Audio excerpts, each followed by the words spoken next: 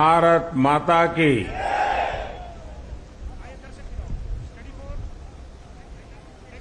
आज प्रातः मैं बेंगलुरु में था। सुबह बहुत जल्दी पहुंचा था।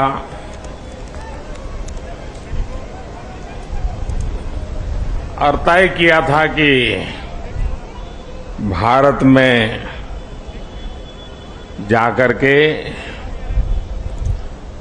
देश को इतनी बड़ी सिद्धि दिलाने वाले वैज्ञानिकों के दर्शन करूं। और इसलिए मैं सुबह सुबह वहां चला गया। लेकिन वहां जनता जनार्दन ने सुबह से ही, सूर्योदय से भी पहले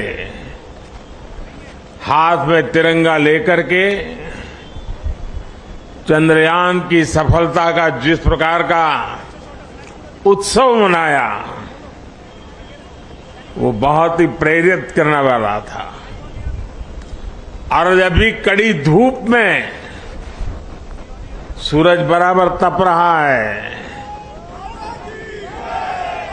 और इस महीने की धूप तो चमड़ी को भी चीर देती है। ऐसी कड़ी धूप में आप सबका यहां आना और चंद्रयान की सफलता को सेलिब्रेट करना और मुझे भी इस सेलिब्रेशन में हिस्सेदार बनने का सौभाग्य मिले, ये भी मेरा सौभाग्य है। और मैं इसके लिए आप सबका अभिनंदन करता हूं। आज जब मैं इसरो पर सुबह पहुंचा था तो चंद्रयान द्वारा जो तस्वीरें ली गई थी, उन तस्वीरों को पहली बार रिलीज करने का भी मुझे सौभाग्य मिला। शायद अब तो आपने भी टीवी पर वो तस्वीरें देखी होगी। वो खूबसूरत तस्वीरें अपने आप में एक बहुत बड़ी वैज्ञानिक सफलता की एक जीती जागती तस्वीर हमारे सामने प्रस्तुत हुई। आमतौर पर एक परंपरा है दुनिया में कि इन प्रकार के सफल अभियान के साथ उस पॉइंट का कोई न कोई नाम दिया जाए। तो बहुत सोचने के बाद मुझे लगा, और आज जहां पर चंद्रयान 3 ने लैंड किया हुआ है, उस पॉइंट को एक नाम दिया गया और नाम दिया है शिव शक्ति।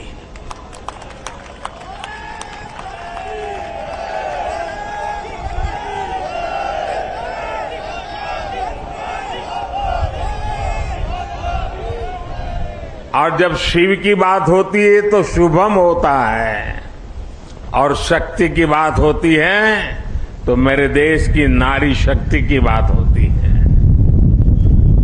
जब शिव की बात होती है तो हिमालय याद आता है, और शक्ति की बात होती है तो कन्याकुमारी याद आता है।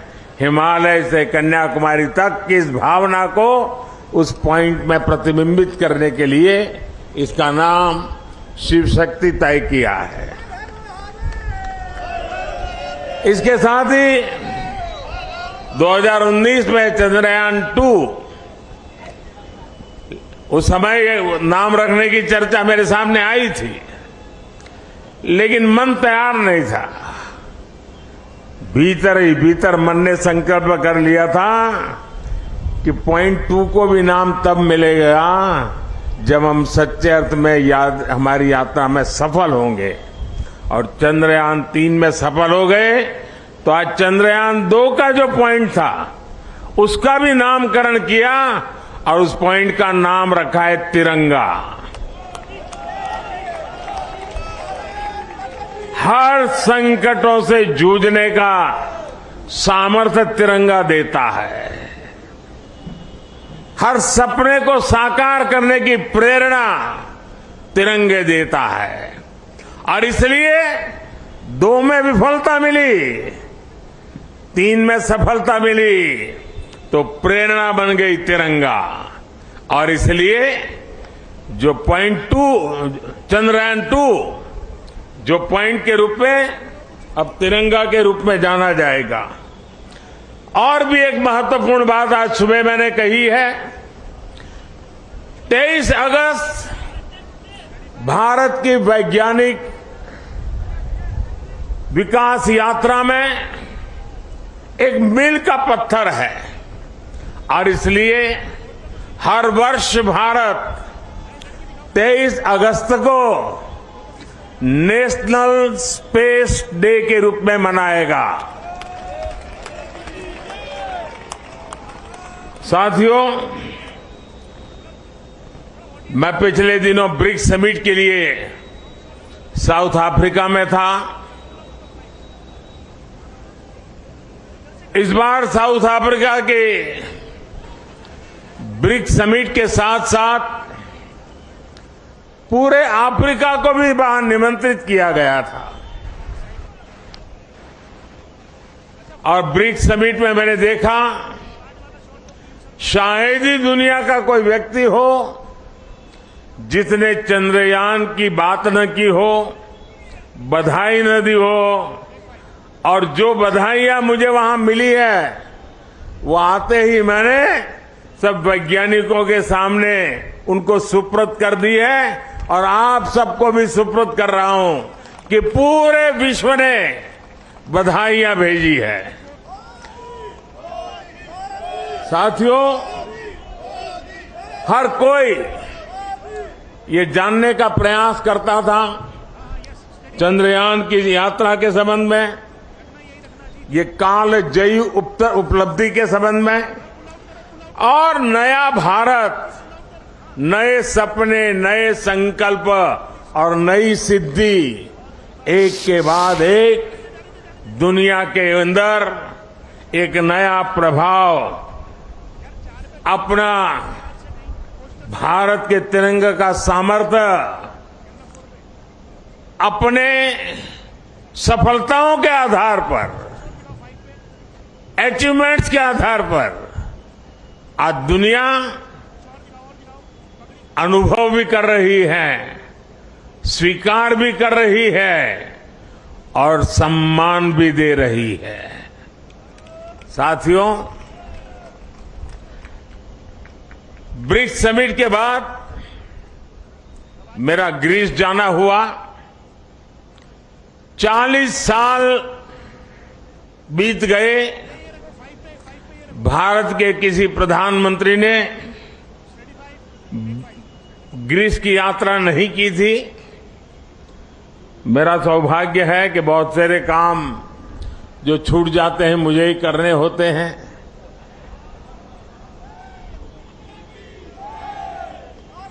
ग्रीस में भी जिस प्रकार से भारत का मान सम्मान, भारत का सामर्थ्य, और ग्रीस को लगता है कि भारत और ग्रीस की दोस्ती, ग्रीस एक प्रकार से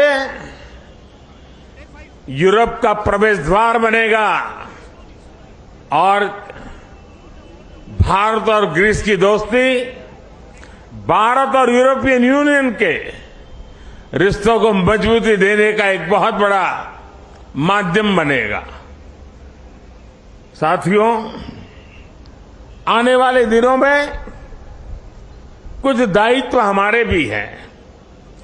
वैज्ञानिकों ने हमारा काम किया है, सैटेलाइट हो, चंद्रयान की यात्रा हो, सामान्य मानवी के जीवन में इसका बहुत बड़ा प्रभाव होता है।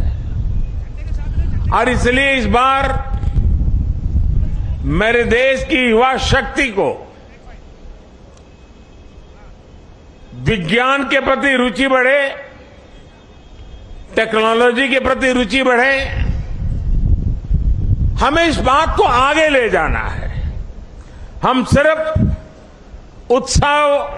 उत्साह, उमंग, नई ऊर्जा, सिर्फ इतने से अटकने वाले लोग नहीं हैं। हम एक सफलता प्राप्त करते हैं तो वहीं पर मजबूत कदम रख के नए उछाल के लिए तैयार हो जाते हैं। और इसलिए गुड गवर्नेंस के लिए, लास्ट माइल डिलीवरी के लिए, सामान्य मानवीय की जिंदगी में सुधार के लिए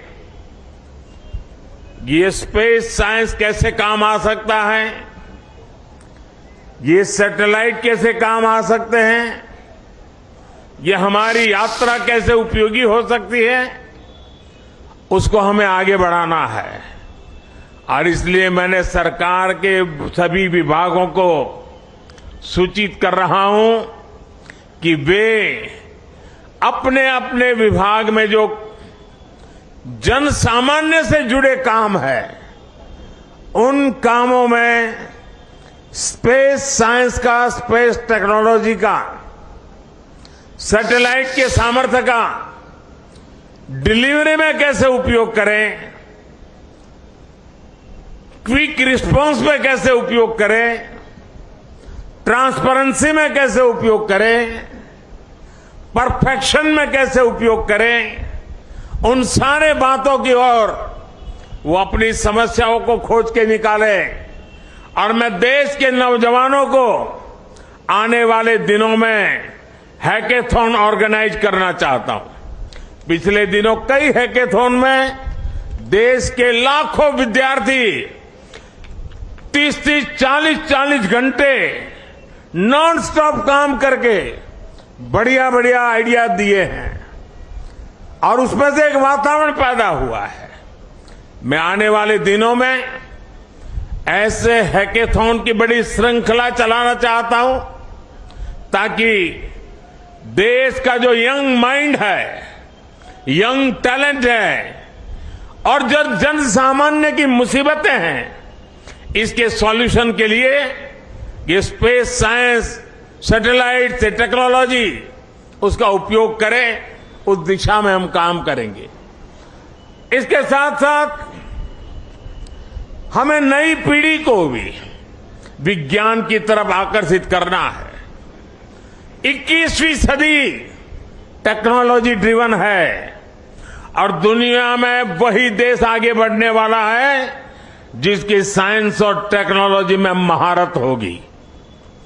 और इसलिए समय की मांग है कि 2047 में हमारे देश को विकसित भारत बनाने के सपने को पार करने के लिए हमें साइंस और टेक्नोलॉजी की राह पर और अधिक मजबूती से आगे बढ़ना है। हमारी नई पीढ़ी को बचपन से ही साइंटिफिक टेम्पर के साथ आगे बढ़ने के लिए तैयार करना है। और इसलिए ये जो बड़ी सफलता मिली है, ये जो उमंग है, उत्साह है, उसको अब शक्ति में चैनलाइज करना है। और शक्ति में चैनलाइज करने के लिए MyGov पर 1 सितंबर से एक क्विज कंपटीशन आरंभ होगी ताकि हमारे नौजवान छोटे छोटे सवाल जवाब देखेंगे तो उनकी धीरे धीरे उसमें रुचि बनेगी। और जो नई एजुकेशन पॉलिसी है उसने साइंस और टेक्नोलॉजी के लिए बहुत भरपूर व्यवस्था करके रखी हुई है। हमारी नई शिक्षा नीति इसको बहुत अधिक बल देने वाली शिक्षा नीति है और उसमें जाने के लिए एक रास्ता बनेगा हमारा क्विज कंपटीशन।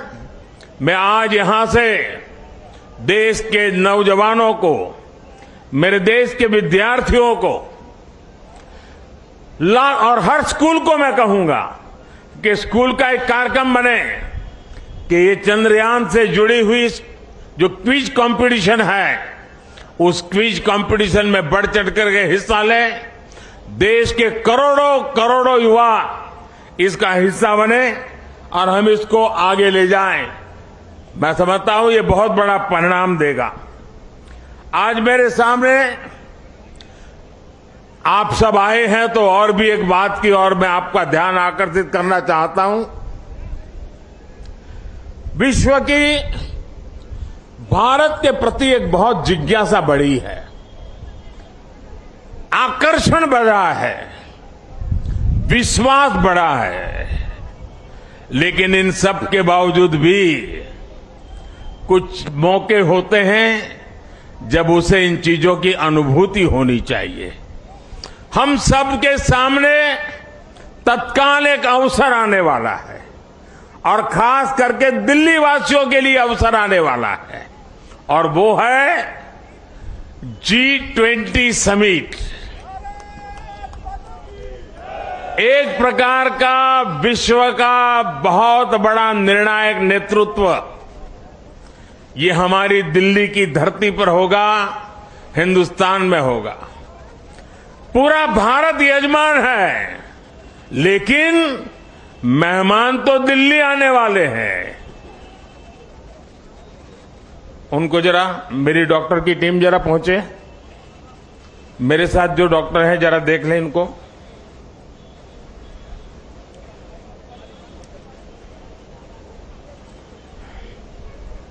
उनको हाथ पकड़ के ले जाइए, बिठा दीजिए कहीं और जूते वगैरह खोल दीजिए।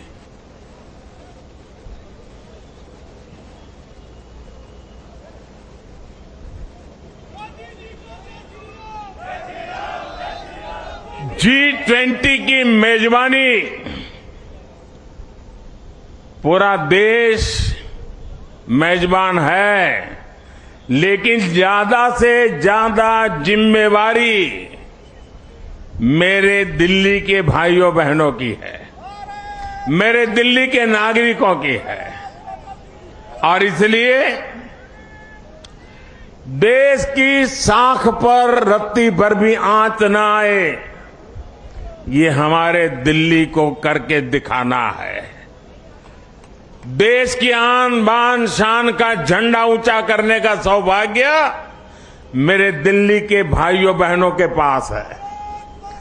और इतनी बड़ी मात्रा में विश्व से मेहमान आते हैं तो असुविधा तो होती ही होती है।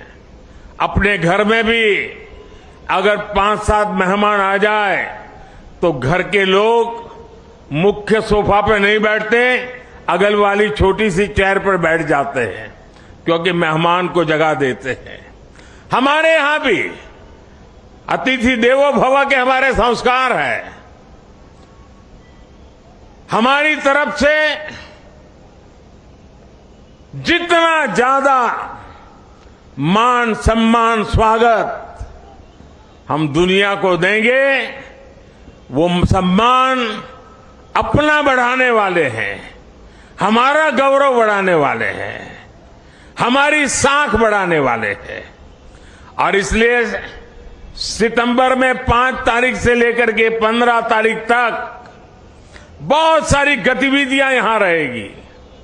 मैं दिल्ली वासियों से आने वाले दिनों में जो असुविधा होने वाली है उसकी क्षमा याचना आज ही कर लेता हूं, और मैं उनसे आग्रह करता हूं, ये मेहमान हम सबके हैं। हमें थोड़ी तकलीफ होगी, थोड़ी असुविधा होगी, ट्रैफिक की सारी व्यवस्थाएं बदल जाएगी, बहुत जगह पे हमें जाने से रोका जाएगा, लेकिन कुछ चीजें आवश्यक होती है। और हम तो जानते हैं, परिवार में अगर शादी भी होती है ना, तो घर के हर लोग कहते हैं अगर नाखून काटते समय थोड़ा सा अगर खून निकल गया हो तो भी लोग, अरे भाई संभालो, घर में अवसर है, कुछ चोट नहीं लगनी चाहिए, कुछ बुरा नहीं होना चाहिए। तो ये अपना बड़ा अवसर है। एक परिवार के नाते ये सारे मेहमान हमारे हैं। हम सब के प्रयासों से ये हमारा G20 समिट शानदार हो, रंग बिरंगा हो, हमारा पूरा दिल्ली रंग राग से भरा हुआ हो। ये काम दिल्ली के मेरे नागरिक भाई बहन करके दिखाएंगे, ये मेरा पूरा विश्वास है। मेरे प्यारे भाइयों बहनों, मेरे परिवारजनों, कुछ ही दिन के बाद रक्षाबंधन का पर्व आ रहा है। बहन भाई को राखी बांधती है और हम तो कहते आए हैं चांदा मामा, बचपन से ही पढ़ाया जाता है चांदा मामा। हमें बचपन से सिखाया जाता है धरती माँ। धरती माँ है, चांदा मामा है, मतलब कि हमारी धरती माँ चांदा मामा की बहन है। और इस राखी का त्योहार ये धरती माँ ये ल्यूनर को राखी के रूप में भेज करके चंदा मामा के साथ राखी का त्योहार मनाने जा रही है। और इसलिए हम भी ऐसा राखी का शानदार त्योहार मनाएं, ऐसा भाईचारा का, ऐसा बंधुत्व का, ऐसा प्यार का वातावरण बनाएं कि G20 समिट में भी चारों तरफ ये बंधुत्व, ये भाईचारा, ये प्यार, ये हमारी संस्कृति, हमारी परंपरा का दुनिया को परिचय कराएं। मुझे विश्वास है कि आने वाले त्योहार शानदार होंगे और सितंबर महीना हमारे लिए अनेक रूप से विश्व में फिर से एक बार, इस बार वैज्ञानिकों ने चंद्रयान की सफलता से जो झंडा गाड़ा है, हम दिल्ली वासी G20 की मेहमान नवाजी अद्भुत करके उस झंडे को नए ताकत दे देंगे, ऐसा मेरा पूरा विश्वास है। मेरी आप सबको इस इतनी धूप में यहां आकर के इस हमारे वैज्ञानिकों के महोत्सव को सामूहिक रूप से मनाने के लिए, तिरंगे को लहराने के लिए बहुत बहुत बधाई देता हूं, बहुत बहुत शुभकामनाएं देता हूं। मेरे साथ बोलिए भारत माता की, भारत माता की, भारत माता की। बहुत बहुत धन्यवाद।